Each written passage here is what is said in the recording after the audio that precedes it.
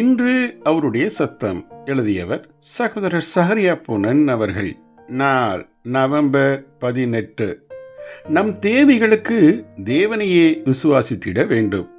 ஒரு நாத்திகனுக்கு பொருளாதார சிக்கல் ஏற்பட்டால் அவன் உடனே வேறு ஒரு மனிதனிடம் உதவி தேடி ஓடுவான். ஏனென்றால் இவன் தேவன் இருக்கிறார் என்பதை நம்புவதில்லை. இப்போது நம்மில் காரியம் எப்படி இருக்கிறது? நமக்கு தேவை ஏற்படும் போது நாம் என்ன செய்கிறோம்? பொருளாதார நெருக்கடியை கொடுத்தும் தேவன் நம்மை சோதிக்க முடியும். அப்போஸ்தலர்களும் அடிக்கடி பொருளாதார தேவைக்குள் பிரவேசித்திருக்கிறார்கள். 1 கொரிந்தியர் 4:11. ஆனால் அவர்கள் ஒருபோது பிச்சை எடுக்கும் அல்லது கடன் வாங்கும் நிர்பந்தத்திற்கு உள்ளாக வீழ்ந்ததே கிடையாது. மாறாக தேவன் தங்கள் தேவைக்கு தருவார் என அவரையே நம்பியிருந்தார்கள். தேவனும் அவ்விதமே தந்தருளினார். அருமை ஆண்டவர் தன் உண்மையுள்ள பிள்ளைகளை ஒருபோதும் கைவிடவே மாட்டார்.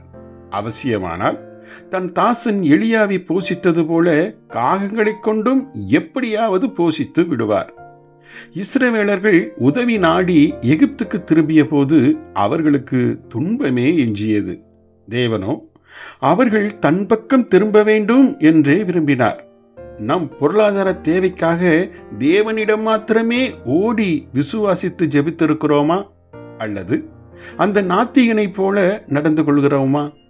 இது குறித்து ஏசாயா 30:7-21 வரை உள்ள வசனங்கள், சங்கீதம் 121 கூறும் வசனங்களை வாசித்து பாருங்கள்.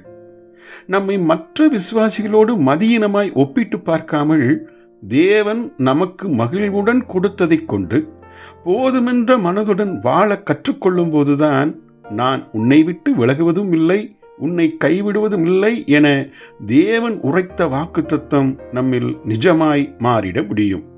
எபிரேயர் 13:5. முழு இருதயத்தோடு கீழ்ப்படிபவர்களுக்கே அவர் உதவுவார். தன்னை கனம் பண்ணுகிறவர்களை தேவன் நிச்சயமாய் கனம் பண்ணுவார். ஜெபிப்போமா? எங்கள் பரலோக பிதாவே, எந்த தேவையின் சூழ்நிலையிலும் மனுஷரை அல்ல, உம்மை நோக்கி ஓடி வரும் விசுவாச உள்ளம் தாரும்.